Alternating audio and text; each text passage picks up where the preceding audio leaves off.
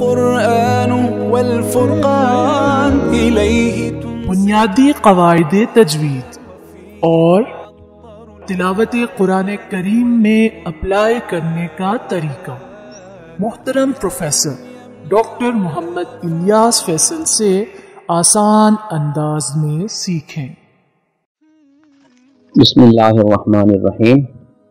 مد کہتے ہیں کسی حرف کو لمبا کر کے پڑھنا۔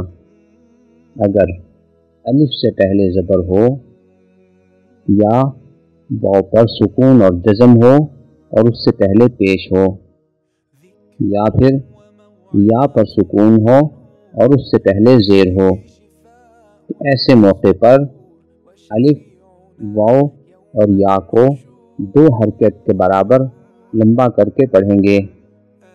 مثال ملاحظہ فرمائیے۔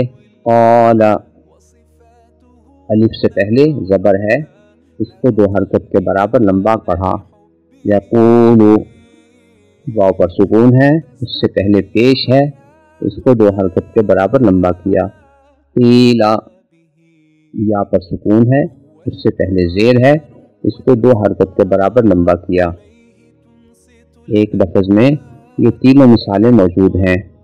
نوحیہا، واو پر جزم ہے اور اس سے پہلے پیش ہے، یا پر جزم ہے، اس سے پہلے زیر ہے، اور الف سے پہلے زبر ہے۔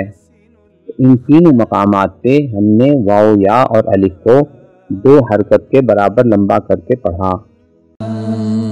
نظروا للطيبة ونور طه يسطعون